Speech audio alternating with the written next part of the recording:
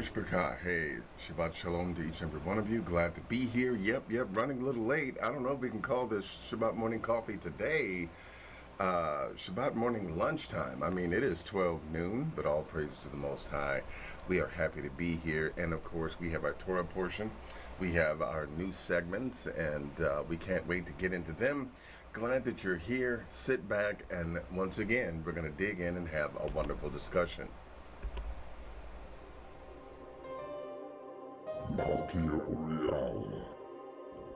See, I have this day set thee over the nations and over the kingdoms, to root out and to pull down, to destroy and to throw down, to build and to plant.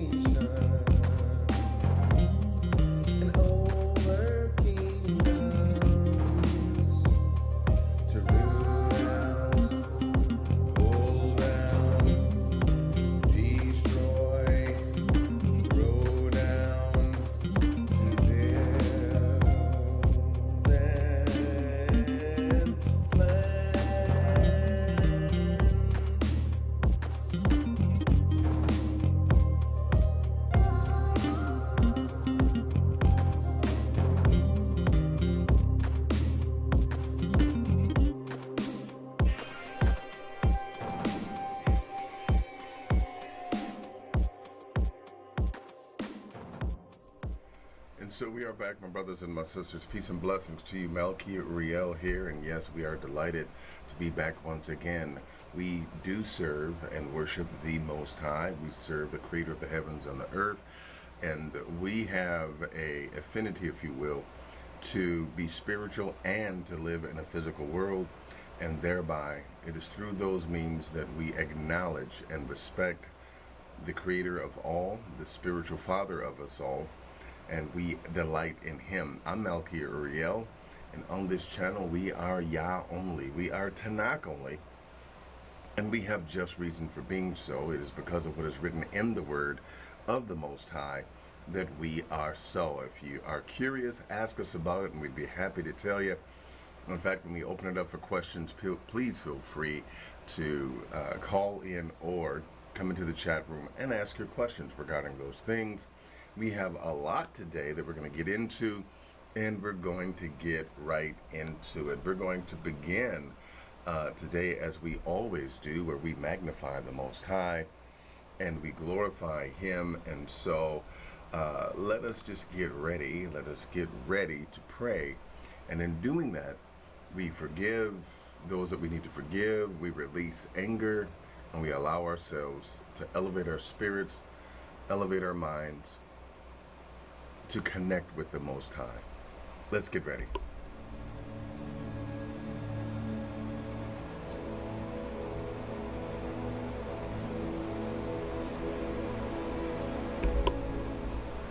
And so we come before you, O Most High. We honor you in all things.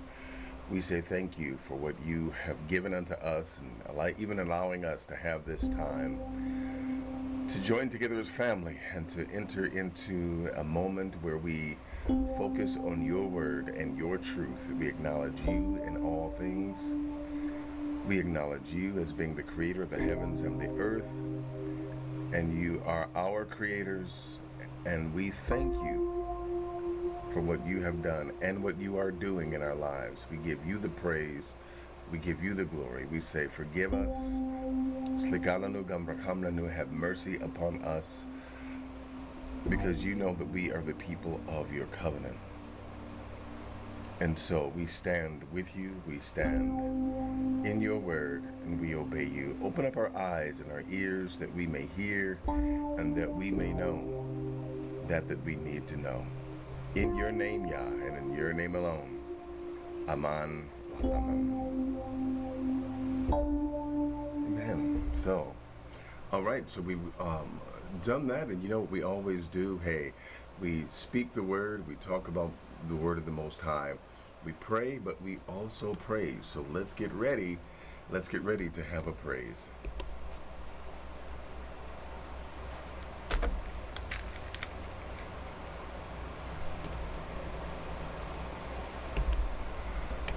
All right, and so what we're going to do for praise on the day, you know what we're going to do? We're going to go to Ecclesiastes 12 and 13.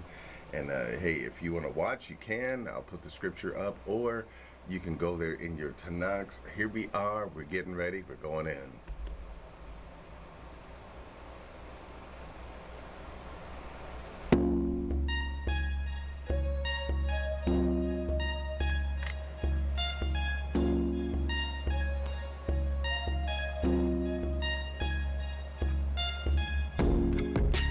Let us hear the conclusion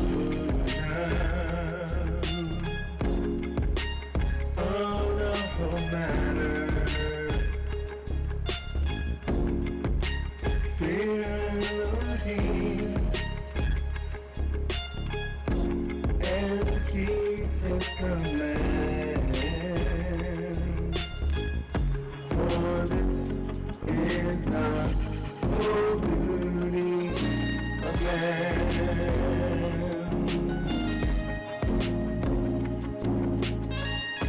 For this is the whole duty of man. Yeah. For this is the whole duty of man.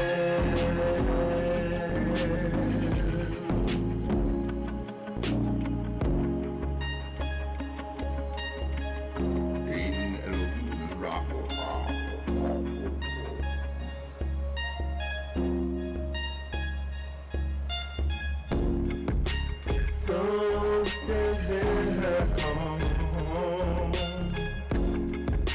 Nishma et Elohim.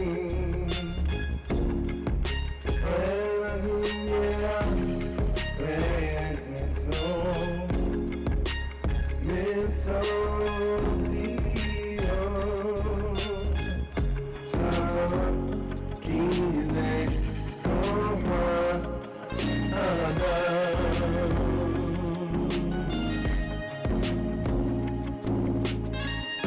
Shalom kize koma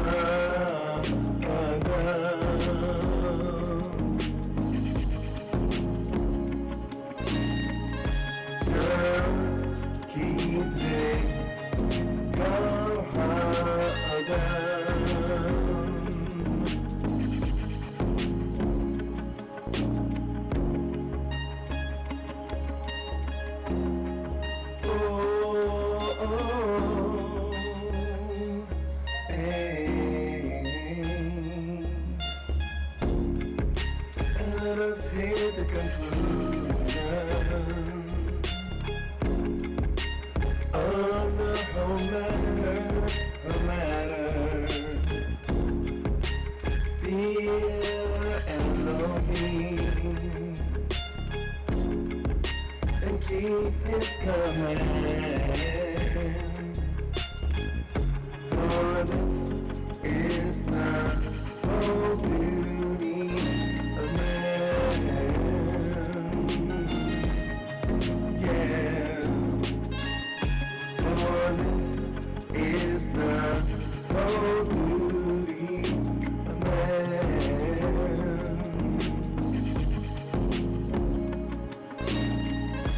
For this is the whole beauty of man. Yeah.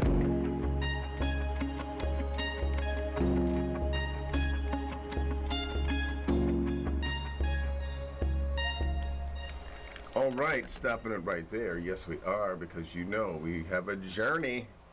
We have a journey, so we're going to go there. Yes, we are. We're getting ready right now to go into our Torah portion. But just before we do, you know what we got to do? We need to stop and just give some shout outs. Shout outs to those that are here. And I want to say, for those of you that are, hey, we definitely love and appreciate you. So glad that you are here. Giving shout outs to, of course, our day one, our chief moderator, Birkin Paris. Also, Moving Different is here. Yep, yep. Hey, Repentant and Saved is also in the house. Shabbat Shalom to each and every one of you. Josh and Penny, Smoking and the Smokies, they are also here. Bless you. They are the dynamic duo. They are moderators. And as well, we have It's All Good. Shabbat Shalom to you, my brother. Thank you for the picture. I'm glad that you sent it.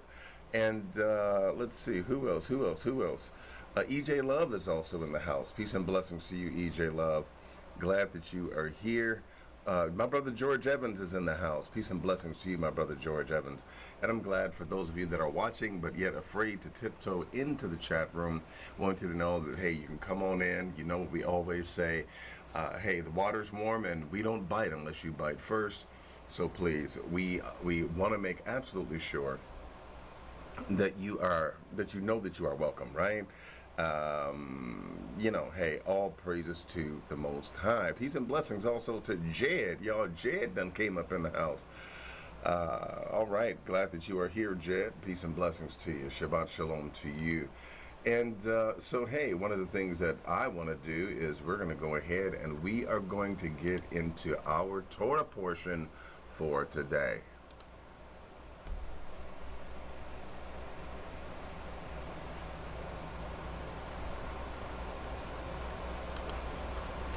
And as you can see, our Torah portion, yes, it does come to us from the book of Deuteronomy. From the book of Deuteronomy, here we go. We're going in Deuteronomy, going to chapter 21. We're going to begin at verse 10. Now, because you already read it, at least you know that you were supposed to have read it, I'm not going to read every verse. I'm not going to go through every verse. But I am going to touch point and highlight some things. Not everything that's there, but definitely we're going to highlight some things. Okay, so let's go on in. Let's talk about it. Well, as you can see here, the Torah portion begins where we left off.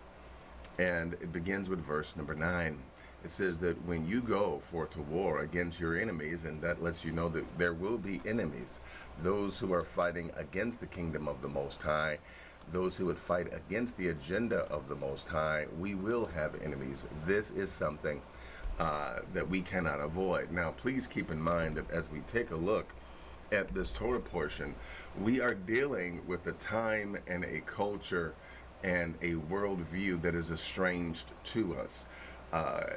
There's many people who feel like, well, it's questionable whether or not the word of the Most High, as it is written to us in the Torah, it's questionable whether or not it's relevant to us today. However, in order to abstract the relevance, you have to look at the principle of what is being done, of what is being said, and you have to look at the words and understand the commandments.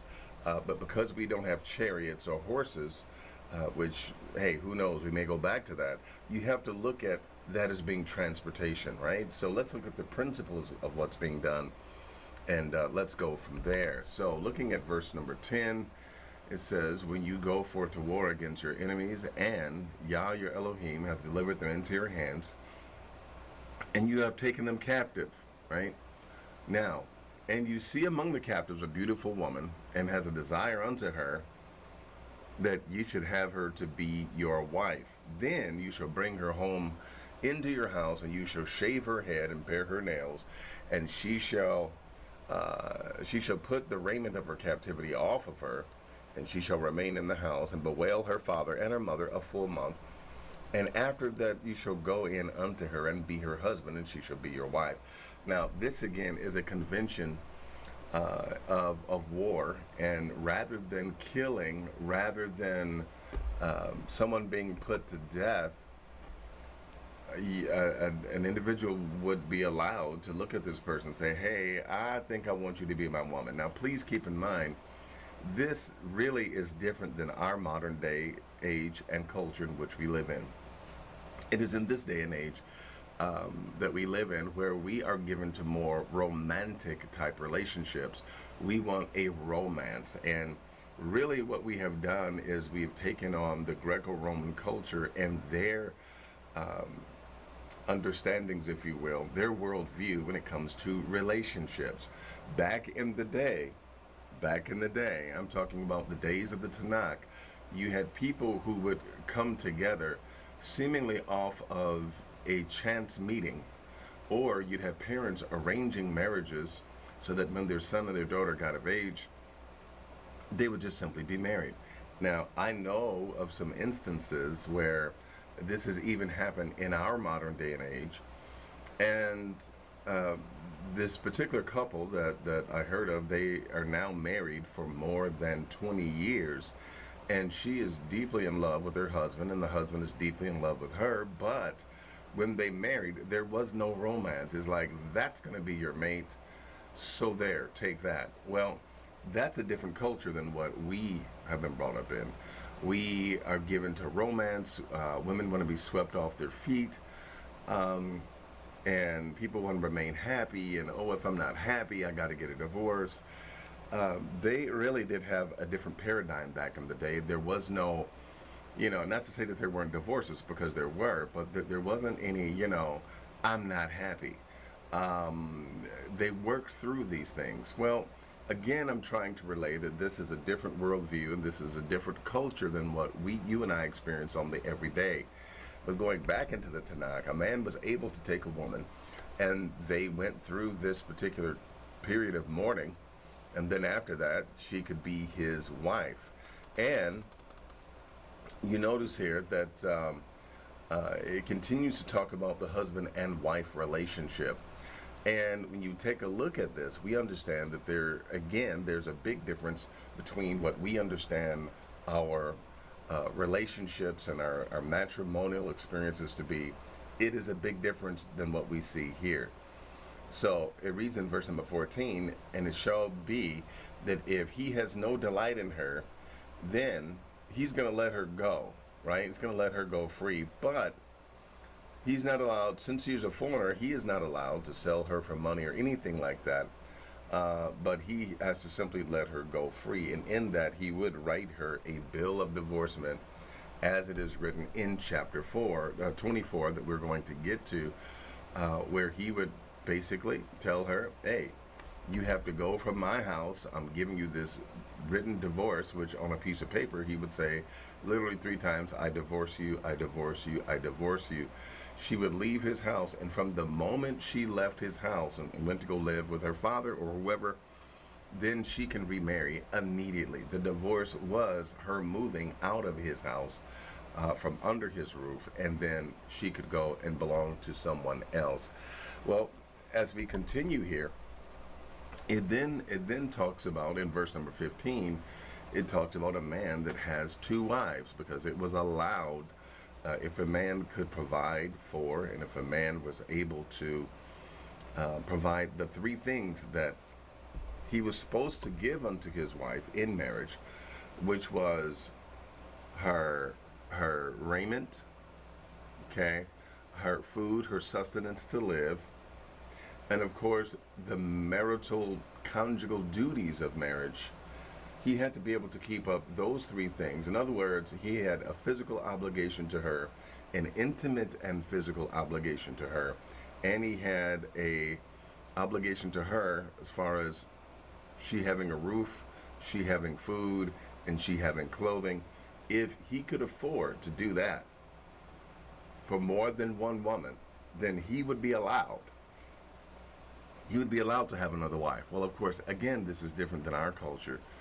This is different than the way that we have been brought up. But here in the time of the Tanakh, it was accepted, and it was not frowned upon at all. And so basically this says that, as it would be in many of these relationships, you've got differences in people. I like this one, but I like that one more. I love this one, but I love that one more.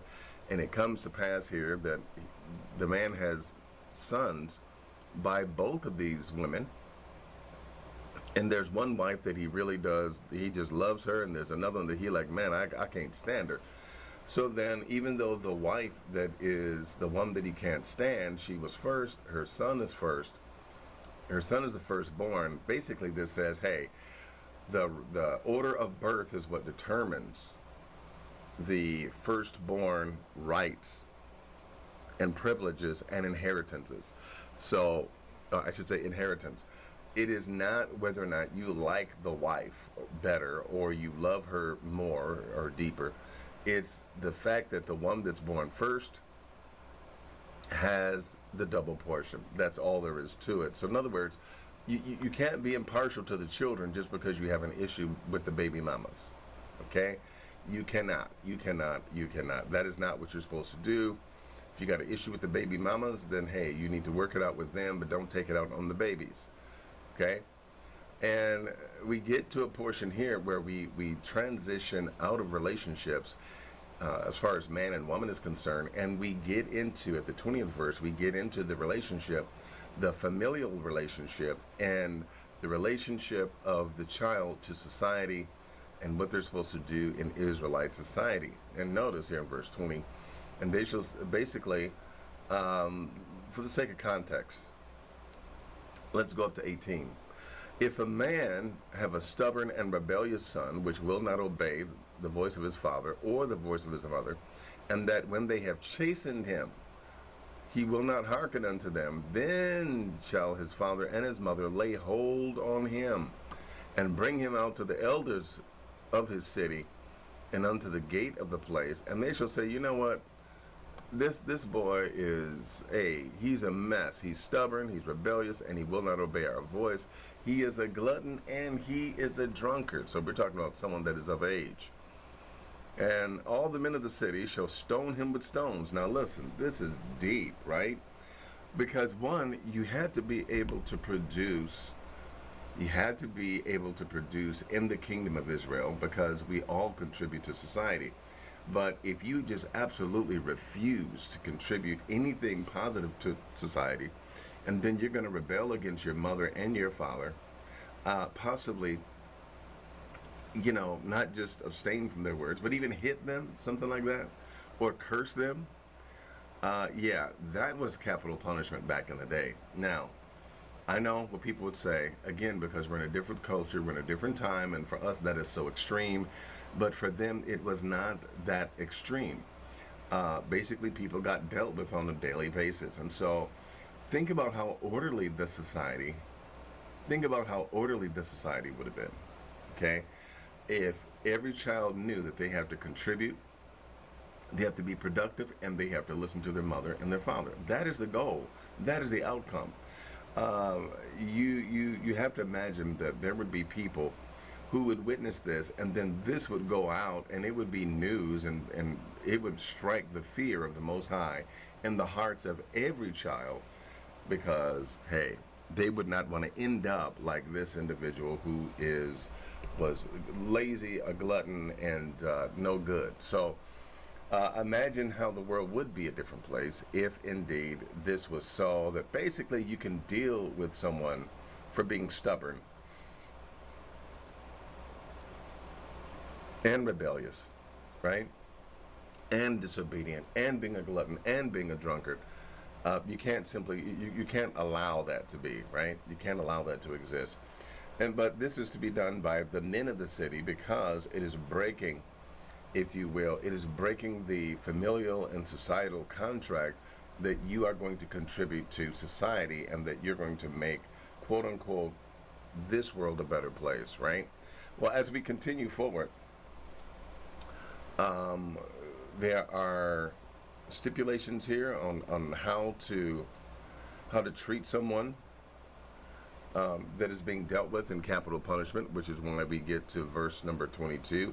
If a man has committed a sin worthy of death, and he be put to death, and you hang him on a tree, his body shall not remain all night upon the tree, but you shall in any wise bury him that day. For he that is hung on a tree is accursed of the Most High.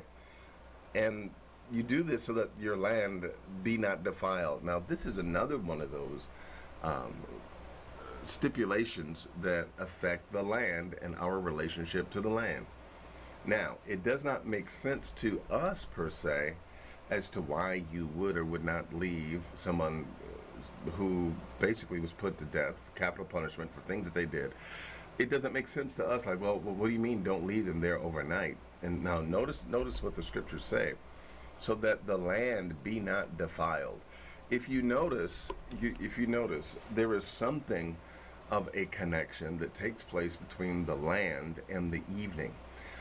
When evening comes, if a person has touched a dead body, they are unclean until evening. Okay?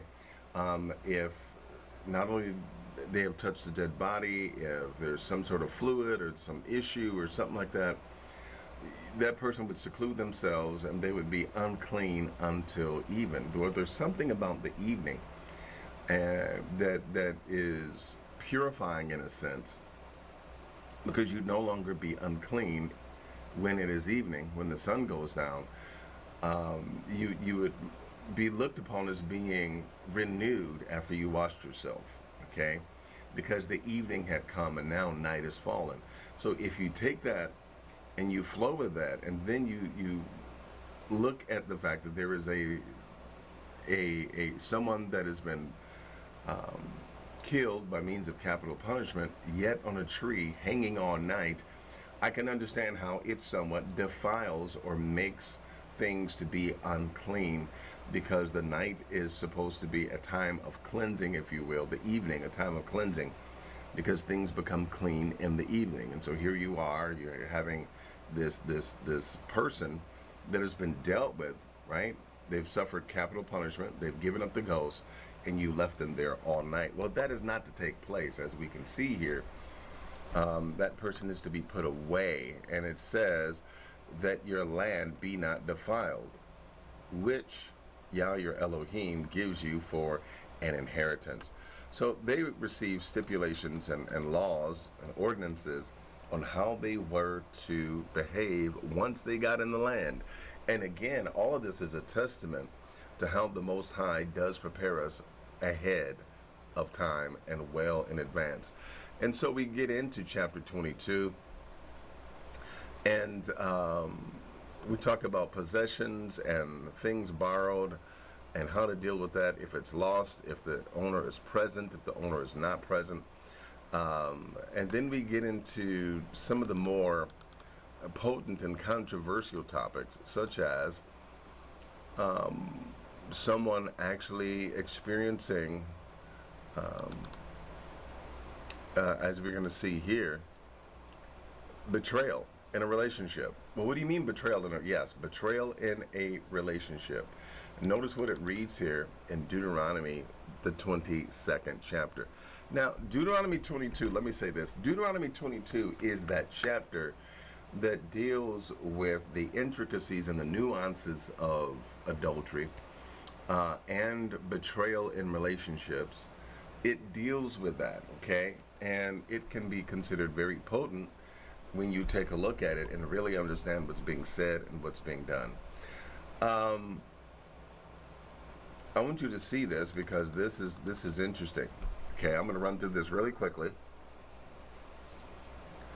But notice, in verse number 13, if a man take a wife, this is Deuteronomy 22 and 13, if a man take a wife and go in unto her and hate her. Now, this means that a man actually took a wife, right?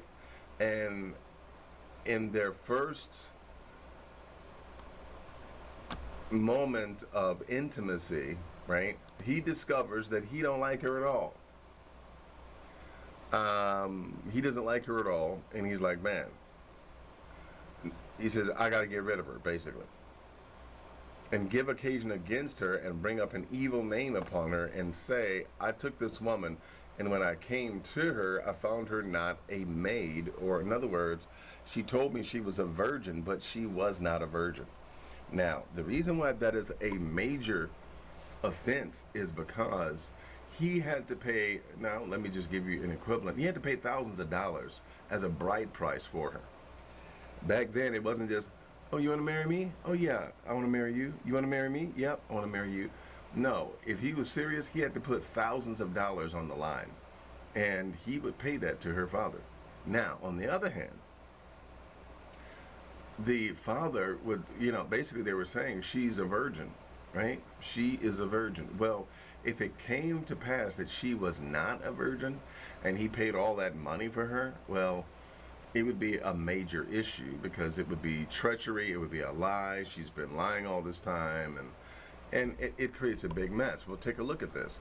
If a man take a wife and go in unto her and hate her, and then he gives occasion and a speech and says, man, she told me that she was a virgin, and she wasn't a virgin. She lied. Then the father of the damsel and her mother take and bring forth the tokens of the damsel's virginity. What are you talking about? The tokens of the damsel's virginity.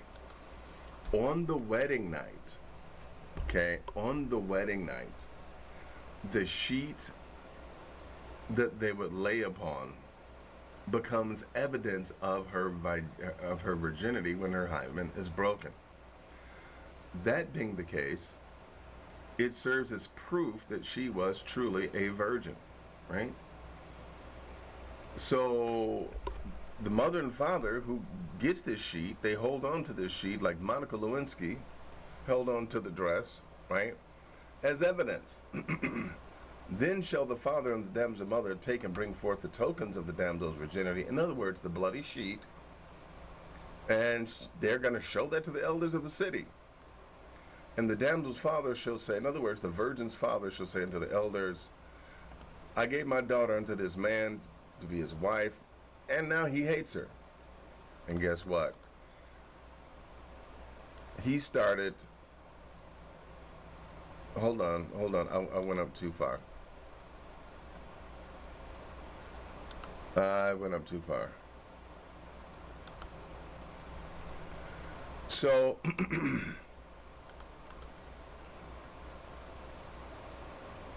oh my goodness, I lost my place, y'all. Hold on.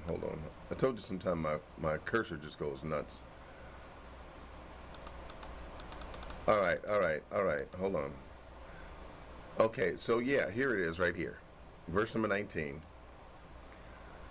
And so, yeah, so now he's talking crazy against her and he's saying, well, basically, your daughter lied. Your daughter was not a virgin. She lied to everybody, you know. Now, this is serious for her because she's about to be stoned if this is true, right?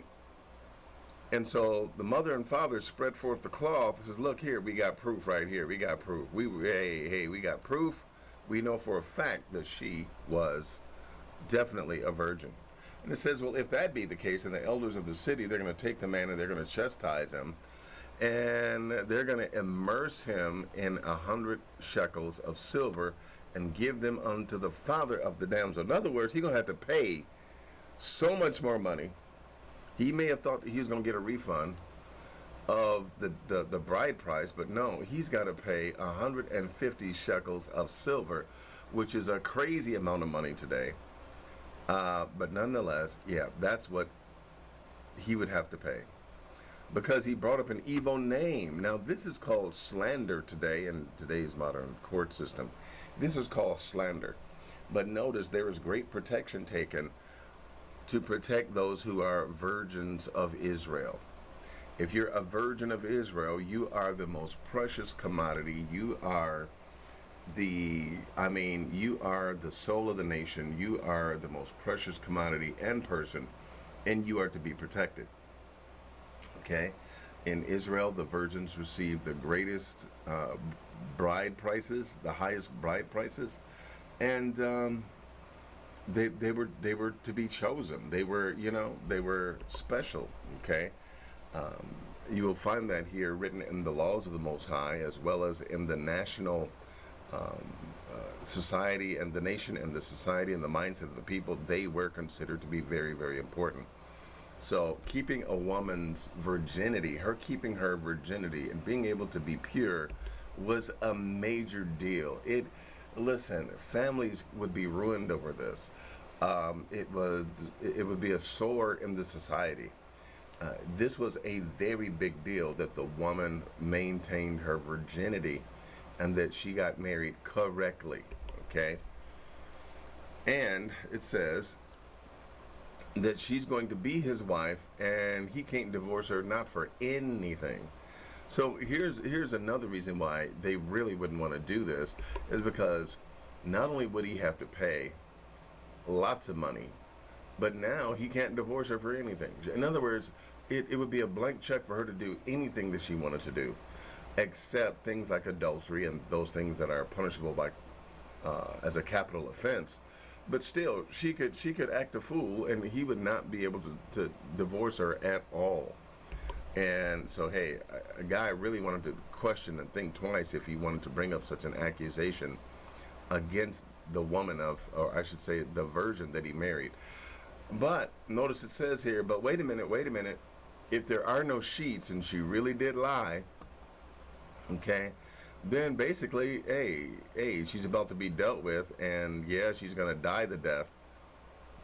She's about to be stoned, okay?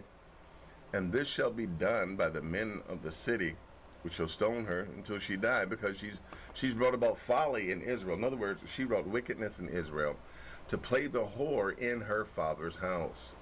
She played the whore in her father's house, thought she was getting away with it, and now, lo and behold, she is caught red-handed. And so now she has to pay the price, okay? She has to succumb to capital punishment. And it says, so shalt thou put evil away from among you, okay? Now, these particular next few verses in chapter 22 deal with, as I said before, they deal with someone being espoused or engaged, and then they have sexual relationships with someone else. Verse number 23 of this same chapter, Deuteronomy 22 and 23. In fact, let me start at 22. If a man be found lying with a woman married to an husband, she's already married, then they both shall be put to death. In the story, in the case, it's adultery. They both shall be put to death. Verse number 23. If a damsel that is a virgin be betrothed, in other words, again, a virgin of Israel, she is engaged to an husband, okay? We find out some very interesting things about this. She's engaged to her husband, right? But a man finds her in the city and lies with her, then you're going to bring them both out, because you're going to have to investigate. And it says that you're going to stone them with stones, both of them, okay, the damsel, because she didn't cry. She was in the city. There were people around. She didn't want to be helped. She did not want to be rescued. She wanted this to happen, okay? She wanted this to happen. And so being in the city, right, he have humbled his neighbor's wife. Now, this is the reason why you kill him, because even though they were engaged, biblically, she is considered to be his wife, which again goes against our modern tendencies and our modern societies, where people say, there's no ring on my finger, so I can do whatever I want to up until the wedding day. And they feel like that they're justified. Well, that is not the case. Biblically, that is not the case. If you are engaged and you have agreed to be married, you are considered to be that person's wife. Period. Point blank. There you go. And so you have to walk as if you're that person's wife, because even though there was not a marriage ceremony, you could still suffer the penalty for adultery. Well, that is a very important point, and that is a point that I think that we should make that a more prominent point, and remember that and behave that way. In the passages of scripture that I just read in Deuteronomy 22, verses 22 all the way down to 24, 25, this also lets you know, as I've stated before, that Matthew 1, 18 and 19 is false. That they have the second person of the third person of the Trinity in the New Testament. They have that person committing adultery. They have that person committing adultery. And this is how we know that it is false, because the Most High would never break his own word. He would never do what he's telling others not to do. He is not a hypocrite, and so he would not commit adultery. Well, let's just keep on moving here. There are stipulations in chapter 23 on those that are able to enter into the house of the Most High. How do strangers interact? What about someone that is a priest that has something wrong with them, what about that? Okay, there are rules and laws and stipulations for just about everything under the sun. Okay. Notice what it reads here in verse number 7. If a man be found stealing any of his brethren of the children of Israel, and make merchandise of him, or sells him, then that thief shall die, and thou shalt put away evil from among you. So in other words, the death penalty for kidnapping and selling someone into slavery is death. I'll say it again. The penalty for kidnapping someone and selling them into slavery, according to the scriptures, is death. Let's take a look at this. We talk about leprosy, and there's a very interesting mention here that I want to bring up. We're in 24, Deuteronomy 24, and notice what it reads here in verse number 8. Take heed in the plague of leprosy. Take heed in the plague of leprosy, okay, that you observe diligently to do all according to the what the priests and Levites will teach you, as I command them.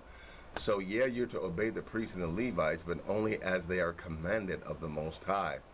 So shall ye observe to do. Remember what Yah Eloheka did unto Miriam by the way, after they were come forth out of Egypt.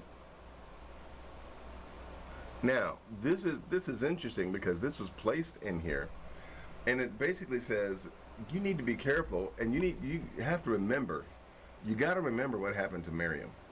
Basically, she disobeyed Moshe, and she became leprous, right?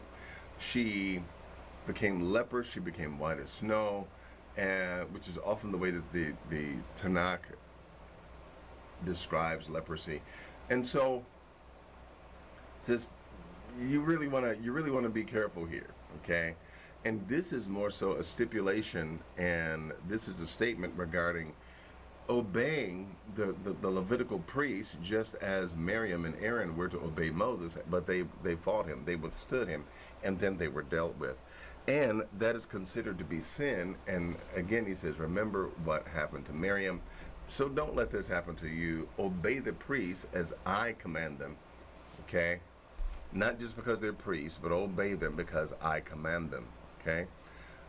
So then we get into some legal issues surrounding if you borrow something and it's lost, okay? And if you do this, you know, here's what happens in this situation, here's what happens in that situation. And I'm going to also stop by this very famous passage of scripture: thou shalt not muzzle the ox when he treads out the corn. This is interesting because in the Christian New Testament, the Apostle Paul asks the question, says, does God care for animals? And the rhetorical answer to that rhetorical question is supposed to be, no, he doesn't. But as we see here, he really does. The Most High cares about all of creation. And we see here in Deuteronomy 25:4, he says, look, do not muzzle the ox when he treads the corn. If he's laboring in the corn and doing this for you, then let him eat of the corn as he will. Okay, don't muzzle him when he's treading out the corn. In other words, let him enjoy some of the fruit of his labor. The Most High is never against that, right? So, looking, let me do this. Muzzle not the oxes, verse number 4. Okay, heading to the home stretch here. Verse number 5. If brethren dwell together and one of them die and have no child. Now, we know what we're getting into, right? Because this is the Levirate marriage. And they have no child, the wife of the dead shall not marry unto a stranger. Her husband's brother shall go in unto her, and shall take her to him to wife, and perform the duty of an husband's brother unto her. Okay? If you recall, this was what was happening this was what was intended to happen between Onan and his brothers, but Onan used the withdrawal method because he refused to have any seed be named to his brother. I don't know if they were still feuding and fighting, but hey, whatever it was, the Most High didn't like it, and he was struck doorknob dead. But this is a way of preserving the name and preserving the legacy and preserving and basically continuing the family and continuing the family legacy. This is a way of doing that. But again, this is a different culture than our day and our age, okay? So long story short, these are the stipulations for the Levirate marriage, okay? And it goes all the way down, and then we come to a couple of verses here where if one does not cooperate with this, then they are stigmatized throughout Israel. Now, as we continue, there's a number of things here within this Torah portion that, again, help us to deal with our economics, every practical thing in life. I mean, there's so much here. We've talked about so much. We've talked about marriage. We've talked about a number of things. But I want you to understand something here. Verse number 13, you shall not have in your bag diverse weights. The Most High does not like diverse weights. He likes everything to be just what they're supposed to be, likes them to be labeled, likes everything to have, or I should say, a maintained level of integrity. He wants everything to be just as it is supposed to be. But thou shalt have a perfect and just weight, a perfect and just measure shalt thou have, that your days may be lengthened in the land which the Lord your God gives you. For all that do such things, and all that do unrighteously, are an abomination unto the Most High. Now, the reason why that's interesting is because the Most High does not like when people cheat. And he is watching when people cheat, especially when the needy are taken advantage of by those who are selling things to them, and they're manipulating the weights. In other words, by manipulating the weights, they're manipulating the currency, they're manipulating money, and this is economics. This is, really the economic policy of Israel, and they were to have just weights. It was a very important means of them maintaining their standing and their good economy, if you will, by having a system of just weights and balances. People were not overcharged, they were not taken advantage of, and this was basically an assurance that if your weights are just, then you won't have to worry about being taken advantage of by merchants. So this deals with economics, this deals with inflation, this deals with a number of different things in these verses. And so we come to the final verse for this Torah portion, and we will do so by reading verses 17 through 19, which is the end of the chapter and the end of this Torah portion.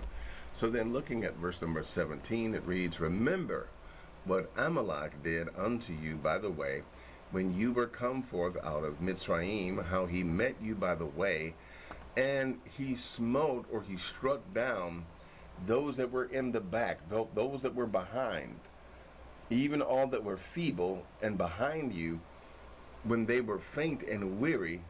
He didn't even fear the Most High. He didn't fear the Most High at all, but he struck and killed those that were lagging behind, those that were poor, those that were perhaps had some sort of handicap. He didn't care. He killed them. Therefore it shall be that when Yah your Elohim hath given you rest from all your enemies round about in the land which Yah your Elohim gives unto you for an inheritance to possess it, you shall blot out the remembrance of Amalek from under heaven. Thou shalt not forget it. They say that today about many things. Don't forget. Well, the Most High said, hey, don't forget what they did. And guess what? When you get on your feet, when you get there, hey, blot them out. Blot them out. Well, this is the end of the Torah portion. And this being the end of the Torah portion, we're going to pause for station ID, and then we will be right back with questions about the Torah portion. Be right back.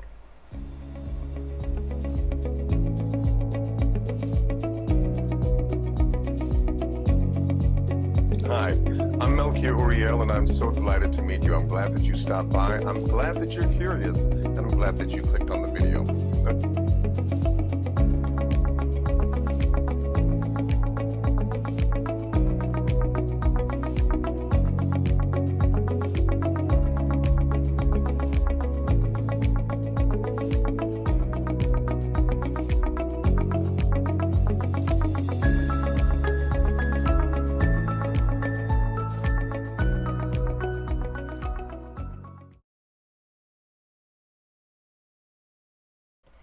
Okay, we are back, and so now here's the time where we get to ask, yep, you get to ask your questions regarding the Torah portion for today.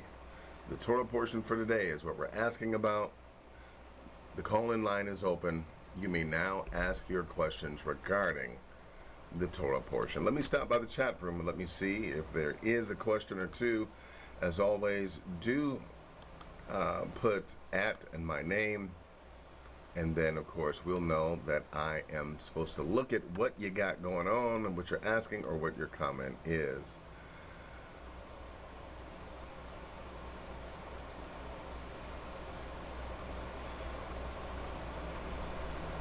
Okay. All right, looking at the Torah portion, let me get one of, and in fact, if you have, we have some others in here. All right, peace and blessings. Peace and blessings, peace and blessings to Yakihi, as well to Ben Naphtali. Peace and blessings to you. Peace and blessings to Ian Yerala. I hope I did not butcher that too much. But yeah. So glad that you all are here. Definitely glad that you're here. Peace and blessings to each and every one of you. Let me see who else snuck in here without me knowing it.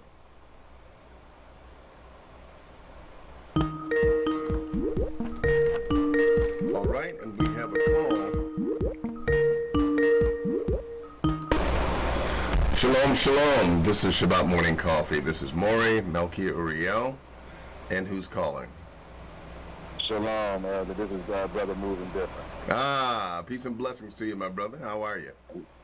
I'm doing awesome. Happy Sabbath. Yes, same to you. Thank you. I was calling because I don't think I've probably been sending it to the wrong email, but I've been trying to reach out to you because I'm out here. And actually, I definitely wanted to see whenever you're available. Oh, you wait. Monday. Wait. You are here in my city? I'm on Capitol Drive right now. Man, you what? My brother, listen. Tiny house. Okay, I did check my email. I didn't see anything from you stating that you were here. Okay, I probably sent it to the wrong email. I thought it was Moray at malikauriel.live. Man, let me, see, that is my email address. I sent a picture and everything. I remember last lesson you did, you said send pictures and everything. I sent a picture and everything. Really? Okay, all right. I'm gonna look. I'm gonna listen. Man, let me do this. Oh, and you put your information in the email? I'm gonna look again. Let me look, man. I almost want to look right now. Go ahead and finish with your lesson. What I would do is drop my number in the chat, Elder, and just please reach out whenever you're done, with the Shabbat, and let me know when you're free. Yes, I will do that, my brother. Yes. All right. All praises to the Most High. This is great. All praises to the Most High. Continue dropping them gems for me. I appreciate that. All right, my brother. Peace and blessings to you. I will contact you. Yes. Definitely. Shalom, my brother. Wow, that's good news. That's good news. My brother is actually here in my city. That is great. That is wonderful. I'm glad. Let's see here. I'm looking for like the first question. If you have, let's see here. All right. Looking here. I'm looking.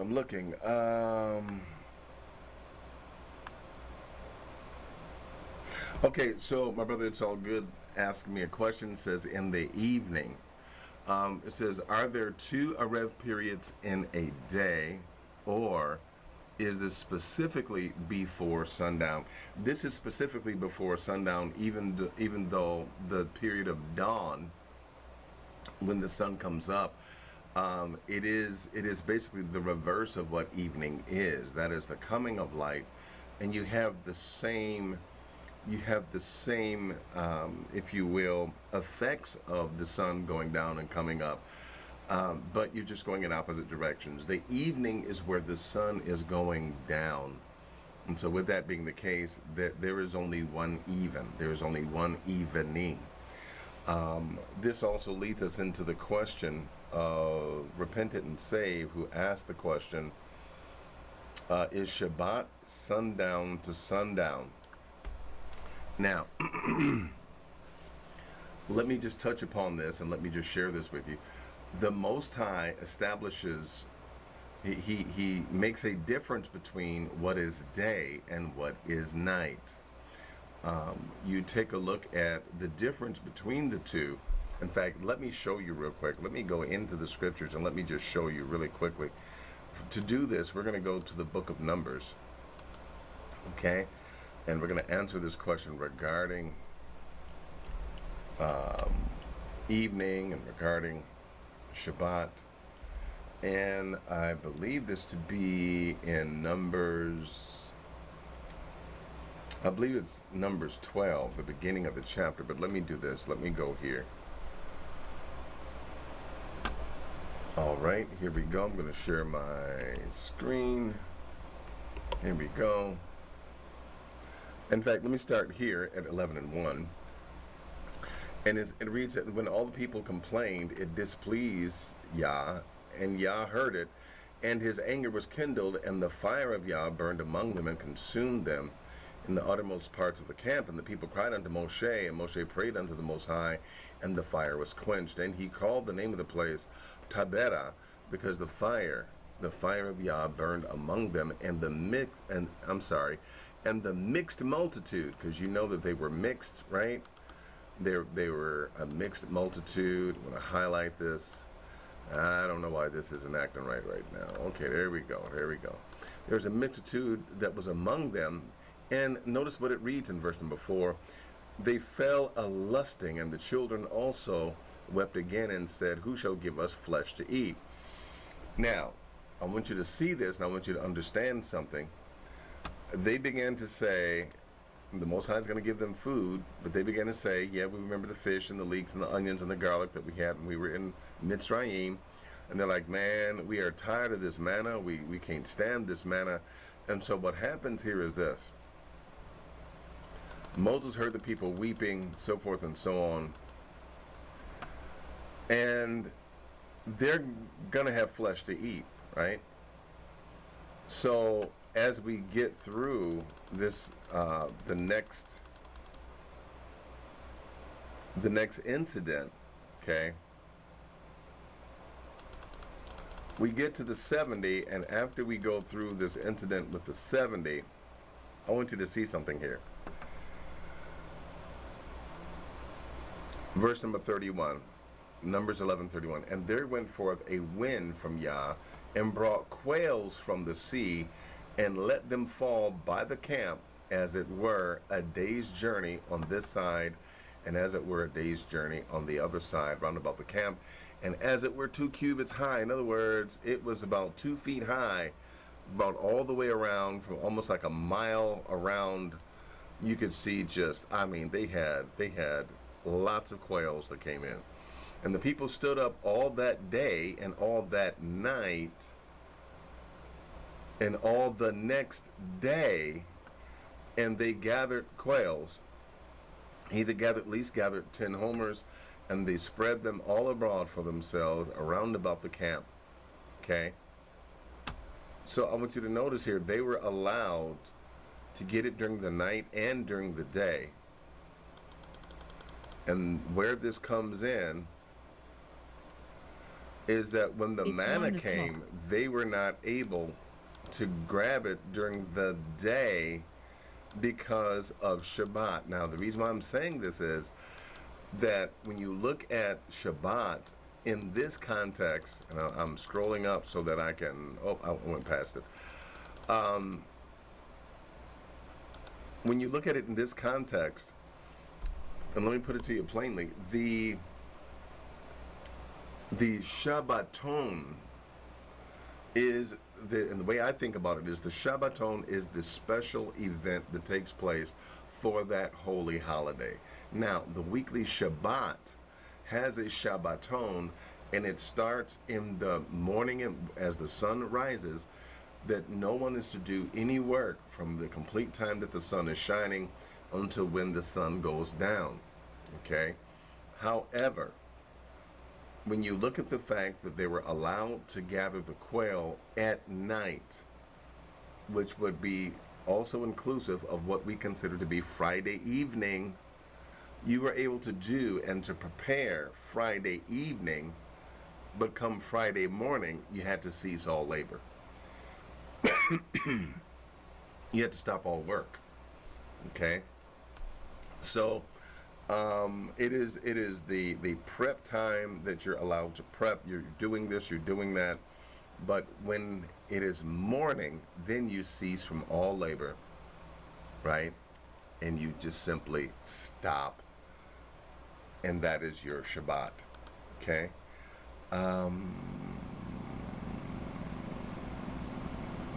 And I want to...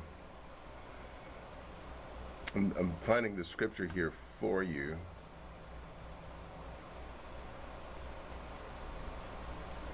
Because they gathered the manna. But anyway, I've made the point, and I could get into this further, and I could show you more scripture. But long story short, yeah, the Shabbaton is this Saturday, what we call Saturday Shabbat morning, during sunlight hours. We are not to do any work or any servile activities, any servile labor. Okay? We're not to do anything. Let's see if there are any other questions or comments.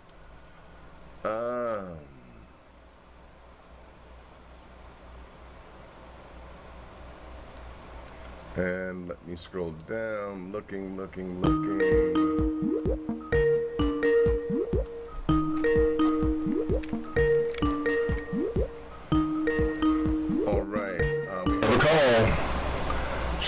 Shalom. This is Shabbat Morning Coffee. Hello. My brother Hello, Adrian. how you doing? Hey, I'm blessed of the Most High. And how about yourself? I'm blessed as well. Glad to see another Shabbat. Glad to see Yes. family involved. Yes, same here. And I want to tell brother Ben Naphtali, I want to tell that brother thank you for reaching out, because sometimes we may type things and some people don't say anything, but to know that brother was alert to want to know, hey, this, I appreciate him. Yeah, I want to say definitely. Shabbat Shalom to all the family as well. I was going to ask you, the last part of the Torah portion, I believe it was verse either 17 or 19, I'm not sure, but when Yah had told us to make sure we killed all of those Amorites, he said, kill them and don't forget. It reminded me of when David told Solomon to kill Joab. Yes. So I want to know, do you think that King David, and I know this is hard to tell, but because he wrote his own Torah, his own copy, do you think he may have used some of that to, say, hey, David, do this? Hey, Solomon, do this. Yeah. Okay, I'll go ahead and answer that, but... okay, now I'll go ahead and hang up. All right. Thank you, my brother. All right. So, definitely, I feel as if that was not so much as influence, but it was precedence, if you will. It was a legal precedence where David would be able to see that and stand on that and say, hey, we can stand upon that and we can deal with this situation in this way because of what we see here, because of what this is. We find it again stipulated in the word that, that takes place. So that gives us now the latitude to apply that principle into our own given situation. So do I believe that David saw that and said, go ahead, Solomon, deal with him in this way? I believe that is very probable. I believe that is very probable, and I would not be surprised at all, because again, it is a matter of legal precedence. Okay, let's continue here.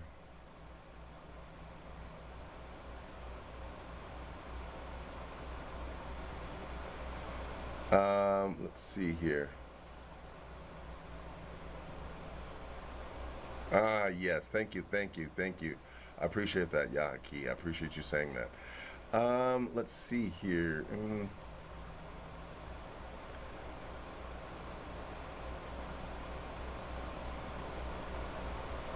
Interesting. Okay, so I'm looking. There's a lot of comments.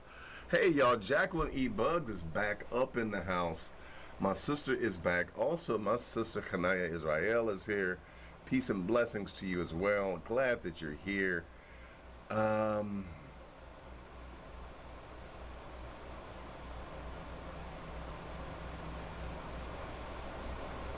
Okay, so Repentant and Save ask until when? Until when? The evening? Yeah. So the prohibition against doing work and any servile activities is from sun up until the evening. Okay, that is the Shabbaton of the Shabbat. Every like for instance, during Sukkot, the Shabbaton is that you dwell in tents. Okay. For the weekly Shabbat, the Shabbaton is that you do no labor during the daylight hours. Okay. And so again, you handle your prep time, you get everything done in your prep time, and you go from there into entering into Shabbat. When the daylight comes, you simply do not do any work. Okay. So yeah, until evening, until the sun going down, and it begins to, basically it's transitioning into night. Okay. All right, looking, okay. I think that's all the questions for that. We can address something else if you guys want, but we will go ahead and yes. Oh, you're welcome, my sister. You're welcome. So what we will do now is we will go into another section, another segment after we take a station ID. We'll be right back. There are increasing numbers of Hebrew Israelites all over the world, from Asia to Africa, from Mexico to Germany. There are Hebrew Israelites that are coming together as a nation and as a family, and you are needed. You are needed to take your place as the educator of your families, your sons, your daughters. So we want you to enroll in Navi Beit University so that you can take your place in the kingdom. Now is the time to prepare to create Hebraically centered scholarly materials to educate others, to teach your family, to teach your sons, your daughters, to teach the young, to teach the old, and to bring them into the knowledge of the Most High. The Most High is gathering us together as He has promised. So enroll in Navi Beit University, connect with the administrator and the registrars, and enroll today for just $35 for a bachelor's per month, or $45 for a master's, or even enroll in the doctorate program. You can get a degree with a Hebraic focus at Navi Beit University. Hebraic education, undergraduate, graduate, and specialty courses.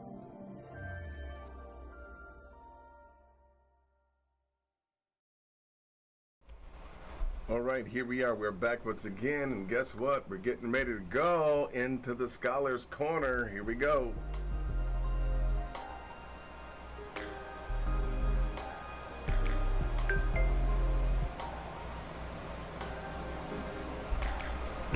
All right, it's time for the Scholar's Corner, and here we are. Once again, we're dealing with the debate between the House of Israel and Deacon Destruction and Hassad. We're dealing with that particular debate, and so now that we are in the Scholar's Corner, We're going to look at that debate, and we are going to tackle a subject that is, man, there's lots of people that have a misunderstanding about this. But hey, we're going to tackle it right here. And so we're going to go in right now into the debate. Okay? We're going to go in, and we are going to see what they're saying about Daniel's 70 weeks. Here we go. Verse 31 and verse 32. Behold, I am against the prophets, said Yah. Now listen to this. That use their tongues and say, he said. He said. Behold, I am against them that prophesy false dreams. Prophesy false dreams. Said Yah. Say Yah. And do tell them, and cause my people to err by their lives. They're causing our people to err by their lives in the so-called New Testament. The Almighty never prescribed to the so-called New Testament. As I said before. So in this, my brother from the house of Israel, I see this as coloring outside the lines, almost going off the rails, because he's not sticking to the topic of the debate, but rather he's basically going off on tangents. Now, I've been known to go off on a tangent every now and then, but hey, during the debate, you don't have that luxury. You really have to stay on point, and you have to listen intently. So he's talking about the New Testament, when really the debate is about whether or not Yeshua ben Yosef, called Jesus by the Greeks and the pagans, whether or not he is the Messiah. So in this, I feel like he's showboating a little bit. He's talking about the New Testament, how the New Testament is this and not that. All of that's true, but that's not the topic at hand. Yahweh's name is nowhere found in the book of Genesis to the book of Malachi, nowhere. The Almighty ain't never speak to Yahweh nowhere, period. In the clouds and coming back with 5 seconds back, Salaki. Yet now hear, O Jacob, that prophesy false dreams, prophesy false. I'll be sure. Yeah. Let me just say something real quick. The title of the debate is Jesus the Messiah. They haven't. Gotta hold it. You gotta hold it. He's gonna start our time if we do that, Deacon. Yeah, that's fine. Yeah, I'm good. Yeah, start the time. The title of the debate is Jesus the Messiah. Start the time. They haven't addressed any of our points. That's how you debate. You rebut what the other people said. But go ahead, Asad. Yeah, this will, and God bless these brothers. I love them. Deacon said he was going to give away some varsity memberships for his classes. I really recommend these brothers get into it because they need it. In 30 seconds. Now, that is an insult, but hey, it's disguised as, I love them, and maybe he can give them, so they can sit in on his class because they need it. Their entire round that they just presented is going to be proven a waste. So let me just show you guys something, right? So let's go to the book of Acts, what they quoted. They quoted Acts 5 and 30 and say that contradicts Matthew 27 because it said he died on the cross in Matthew 27. Acts 5 and 30 says, the God of our fathers raised up Jesus whom you slew. Now, this should not even be in the debate. This is not, listen, they are saying that, they just wasted time and we're going to prove that what they said, is false, and we're going to prove that they wasted time. But now he's going over the very thing that he said that they wasted time on. If it's a waste of time, skip over it. Slew and hanged on a tree. So it says that you killed him, then you put him on the tree. Just from henceforth, even forever, right? The Lord will perform it. So the Messiah has to be born. Where Roman subjugation that shall smite the judge of Israel. Roman subjugation, no end. Where's he going to reign? Upon the throne. To us a son is given. Matthew 27, because it said he died on the cross in Matthew 27. Acts 5 and 30 says, the God of our fathers raised up. Matthew 27, because it said he died on the cross in Matthew 27. Acts 5 and 30 says, the God of our fathers raised up Jesus whom you slew and hanged on a tree. So it says that you killed him, then you put him on the tree. No, brother, that's not what it's saying. And is not separating the two things, and is expounding on the two things. If we're going to follow your same line of reasoning, Isaiah 44 and 1. Yet now hear, O Jacob, my servant, and Israel, whom I have chosen. Is now Israel not Jacob, and Jacob is not Israel? Or is it just using and to expound on what he's speaking of? So their entire round just now, they just completely wasted it. Go ahead, Deacon.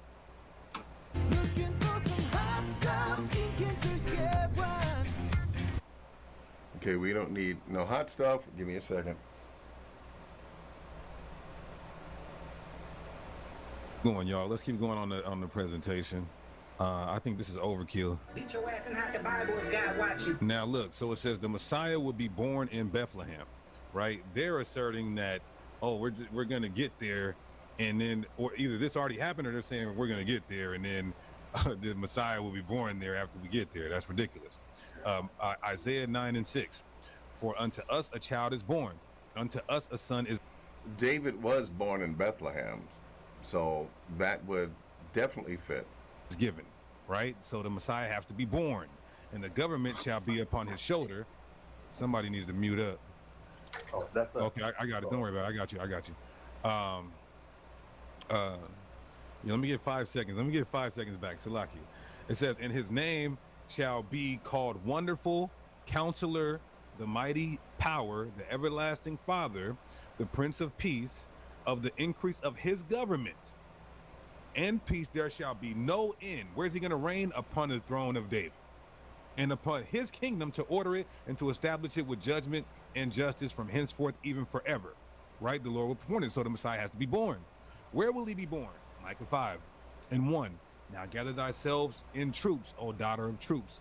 He have laid siege against us. So this would be during the siege. Roman subjugation, that shall smite the judge of Israel with the rod upon his cheek.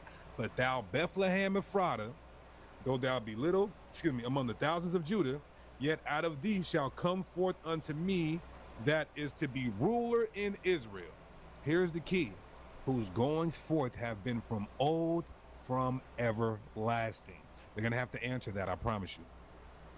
If the Messiah hasn't come yet, so testify that the result corresponded to his predictions. 12 well, seasons. I'm trying to find a particular one passage in the point biography here, and let me just hit this because let me just save time here. What he says is that, well, you have to understand that, you know, it has to be JC because of Daniel, what it says in Daniel chapter 9 and verse number 25. And he's saying that it lines up to where it has to be JC and it can't be anyone else. Well, let me just, you know, we're going to go back to some of their other points, but for this session, I wanted to cover Daniel 9, and really quickly, let's do this. Let me take you into the scriptures where it talks about Daniel 9 and where it talks about, long story short, it talks about what is going to happen in those days. Now, let's start. I'm going to have to start you out here with talking about Isaiah. We're going to start out in Isaiah because it really does begin there. But what are you talking about? Well, let's go get into it. Notice what it reads here, talking about a Messiah. Notice what it reads here in Isaiah 45 verses 1 and 2. It says, thus says Yah to his anointed Cyrus, whose right hand I have upheld, to subdue nations before him, and I will loose the loins of kings, to open before him the two-leaved gates, and the gates shall not be shut.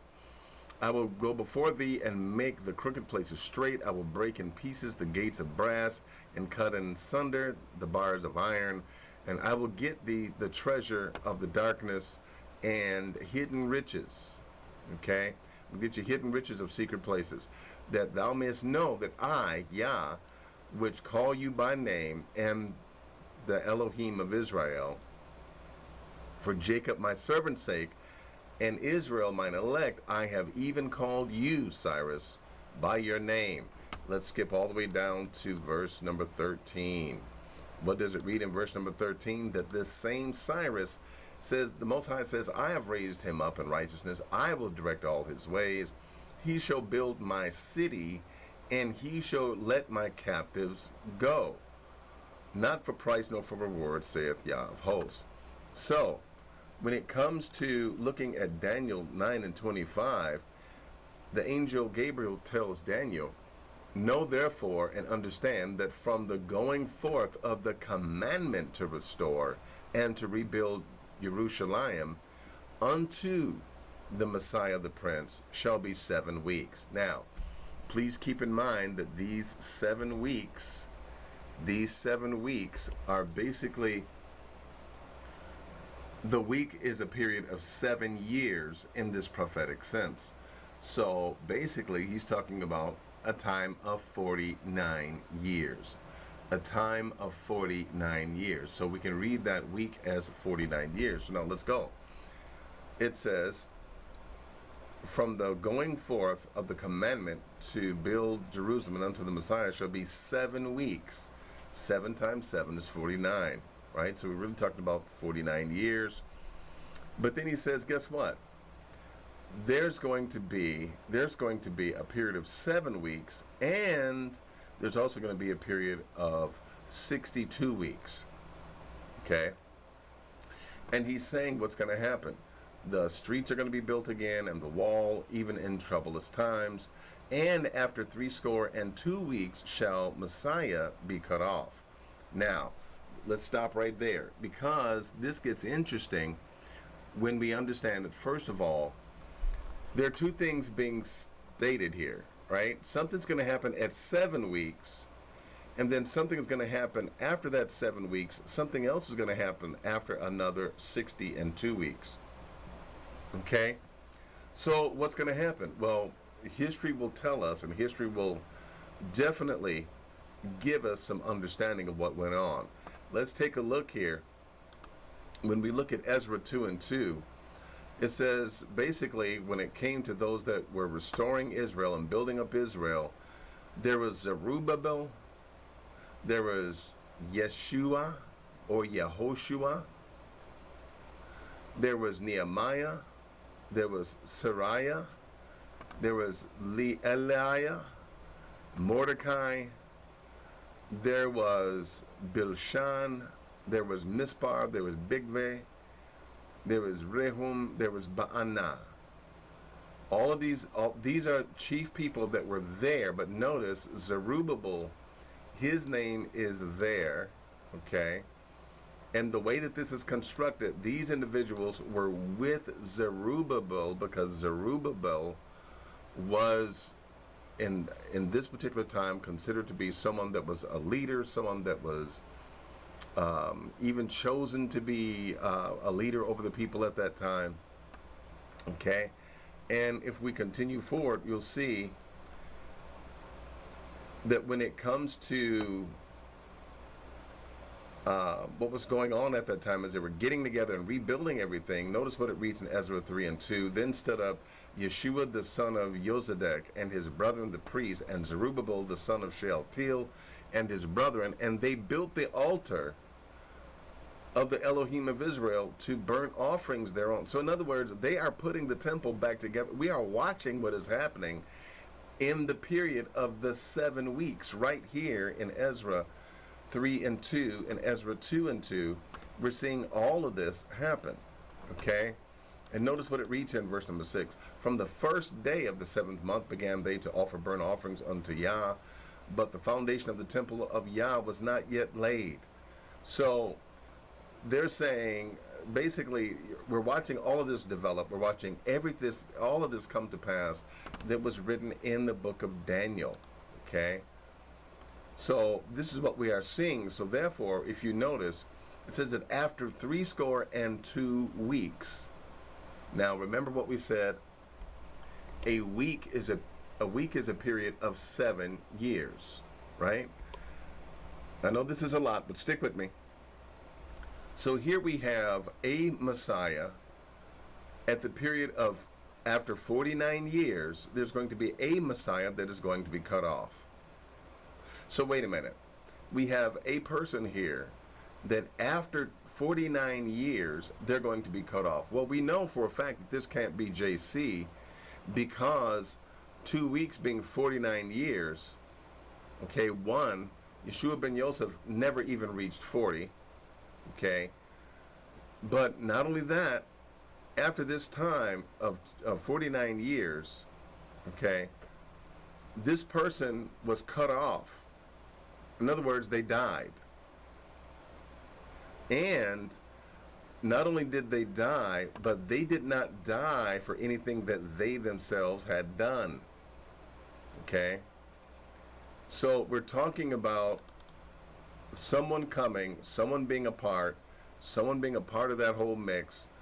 And again, we're talking about a mere 49 years after the decree of Cyrus to build up Jerusalem. Now, what they will want to do is they will always say, no, the person that really gave the commandment was Artaxerxes. It was not Artaxerxes.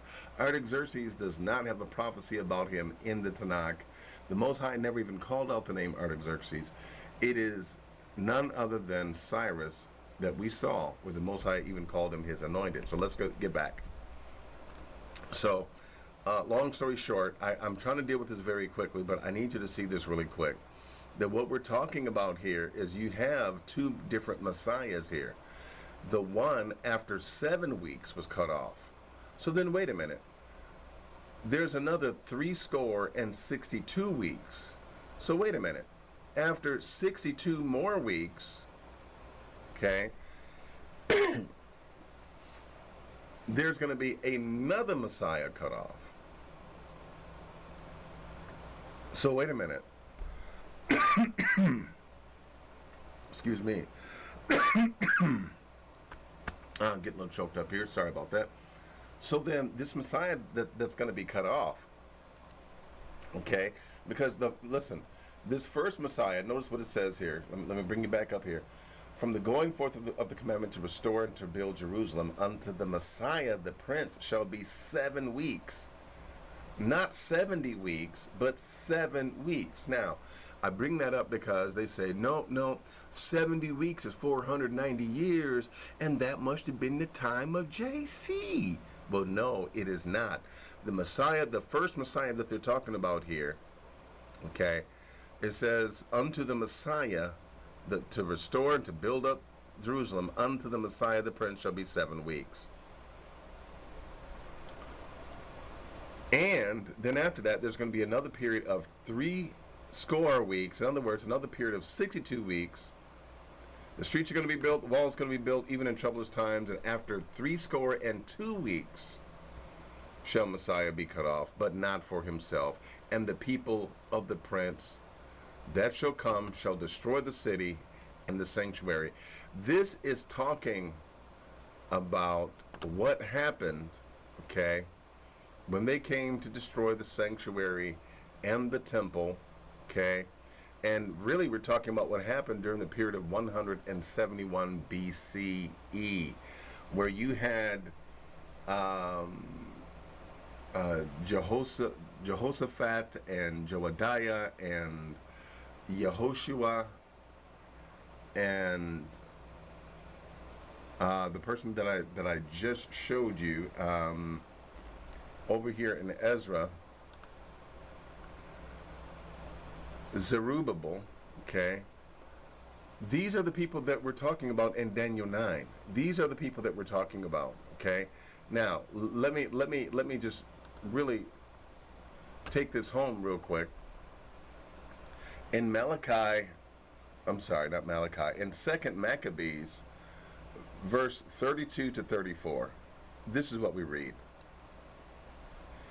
But Menelaus, thinking he had obtained a suitable opportunity, stole some of the gold vessels of the temple and gave them to Andronicus, other vessels. Now, Andronicus is part of the Roman legion that's occupying, right? Military soldiers that are occupying. And other vessels, as it happened, he had sold to Tyre and the neighboring cities. When Onias, who was the priest of these days, he was an anointed one in these days. Onias became fully aware of these facts. He publicly exposed them, having first withdrawn to a place of sanctuary at Daphne near Antioch. Therefore Menelaus, taking Andronicus aside, urged him to kill Onias. Andronicus came to Onias, and restoring to treachery, offered him sworn pledges and gave him his right hand, and he persuaded him, though still suspicious, to come out from the place of sanctuary. Then, with no regard for justice, he immediately put him out of the way. In other words, he killed him doorknob dead. Onias is the one that was killed, but not because of what he had done. He is the one that was killed, okay? And there was nothing left of him. He was killed, and basically he's an anointed one. And this is what happened to him. And this is what is discussed in Daniel 9, verses 25 through 27. So this is what has happened, okay? And to give you an understanding even deeper, First Maccabees, first chapter, 11 through 15 reads, "In those days certain renegades came out from Israel and misled many, saying, 'Let us go and make a covenant with the Gentiles around us. For since we separated from them, many disasters have come upon us.' This proposal pleased them, and some of the people eagerly went to the king, who authorized them to observe the ordinances of the Gentiles, so that they would build a gymnasium and exercise in the nude in Jerusalem, according to the Gentile custom, and remove the marks of circumcision." They were having, again, I mentioned this before, they were having operations to reverse their circumcision. "And abandoned the holy covenant, they joined with the Gentiles and sold themselves to do evil."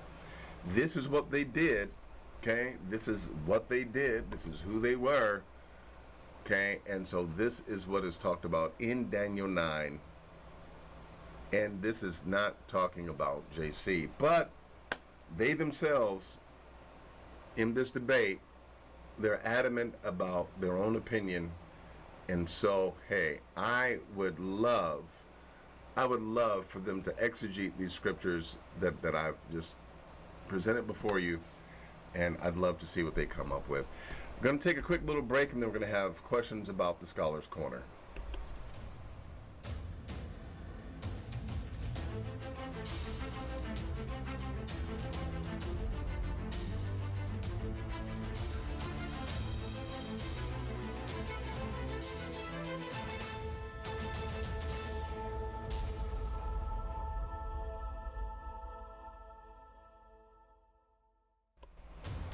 Okay, now's the time for us to ask our questions about, again, yes, about the Scholar's Corner. Ask your questions. Phone line is open. Chat line is open. The chat is open for your questions. Let me tiptoe into the chat and let's see what you may want to ask about the Scholar's Corner, or comment. You can comment, or you can definitely ask your question.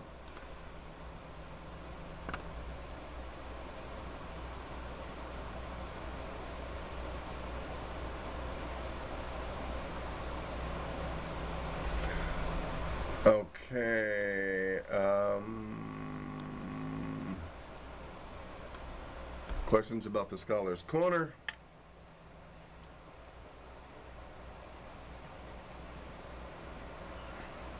Okay, and if you've asked the question before, please ask it again. I see something that says clarity. What do you need clarity about?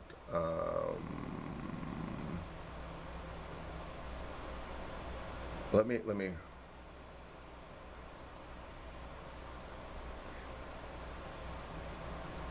Yes, Yirmiyahu Yisrael. It was Onias the Third. Definitely, it was Onias the Third.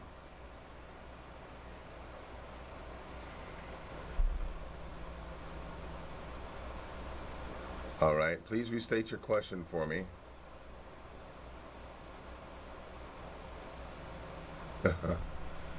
Bless you, my sister. I'm glad to see you. Glad that you're here. My sister Jacqueline E. Bugs in the house. All right, questions for the Scholar's Corner. Comments, Scholar's Corner. Going once, going twice. Okay. I think someone was asking for clarity. I need to know what you need clarity about. Unless you were saying it is clarity. Okay, but please restate your questions if you have them. Restate your questions if you have them. And then we will go. Thank you, my brother. Thank you, my brother. So then, that being the case, then what we're going to do is we're going to have another station ID, and we're going to go to our next and last segment for today.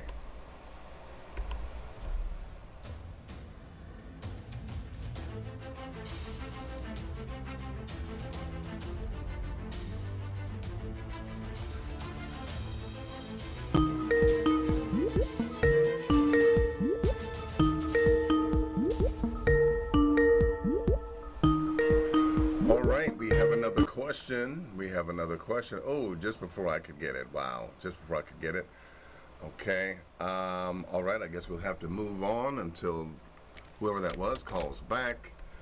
But what we're going to do is we're going to go ahead and we're going to flow right into our next segment. And yes, the next segment that we have is going to be something that's a little interesting. You know what? I kind of want to do Moshe in your kitchen, but what we're going to start out with a new segment. Starting out with the new segment, and in this new segment, we're asking a simple question, is how Hebrew are you? How Hebrew are you? Are y'all ready to answer some questions? Are you ready to answer some questions? Here we go, here we go. Remind me to get I'm gonna have to get a screen for this, but hey, here we go. Here's another segment. It's entitled, How Hebrew Are You? So here we go. Here's a question, and I need you all to get with me in the chat room and give me your answer. How Hebrew are you? What letter is this?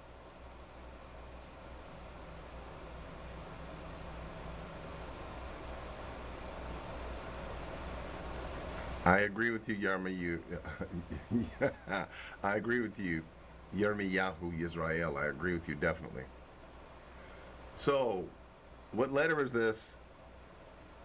How Hebrew are you? What letter is this? Come on and tell me, what letter is this? All right.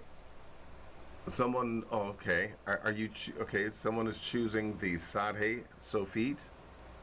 Anyone else? Anyone else? Is it a Nun Sofit? Is it an Aleph? Is it Sadhe? Kanaya Israel says, looks like Sadi. Yes.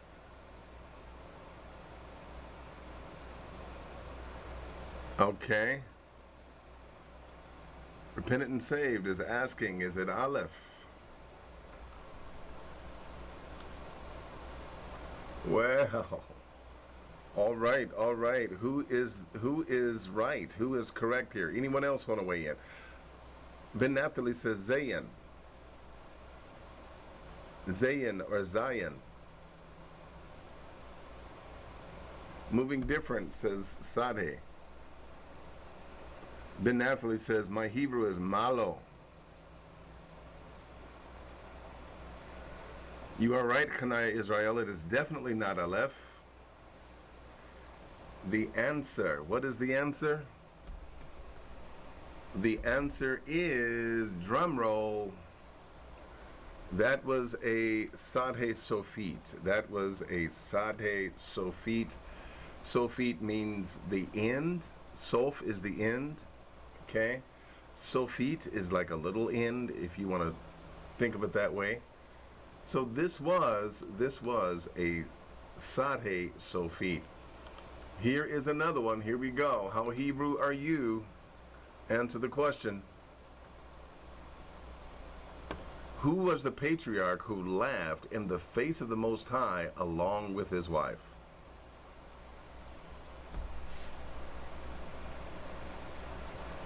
Who is the patriarch that laughed in the face of the Most High along with his wife? All right, it's all good, weighs in. Yirmiyahu weighs in. Brother Bergen weighs in. Kanai Israel weighs in. Josh and Penny weighs in.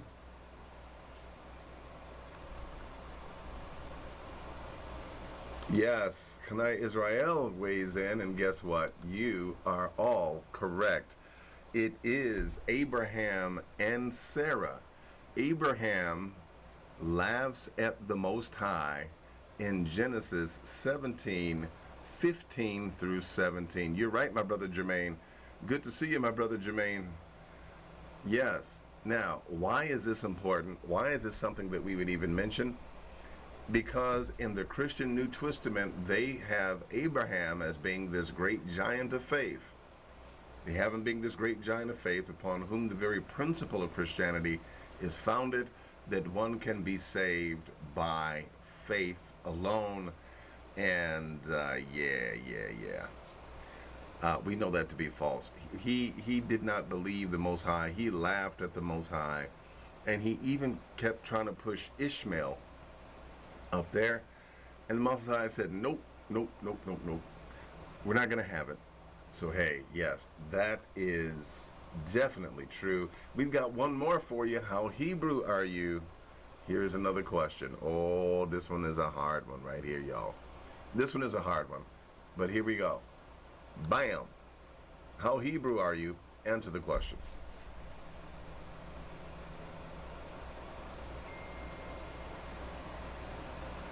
How many books were originally in the Tanakh?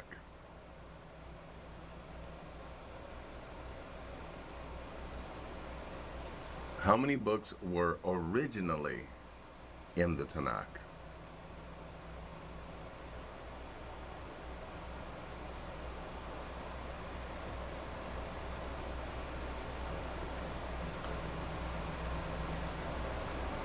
All right, Shabbat Shalom to you, Tammy. Didn't see you sneak in. Josh and Penny said 29.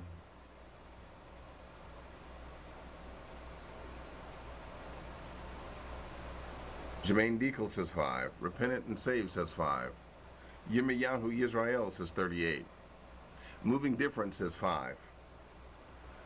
Ben Naphtali says 80-something. Who else wants to weigh in? Again, look at the question. How many books were originally in the Tanakh? Not the Torah, but in the Tanakh.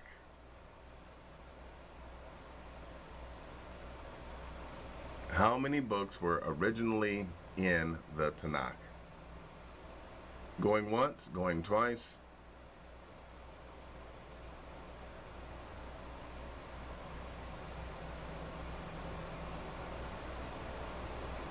All right, enough silence, enough anticipation.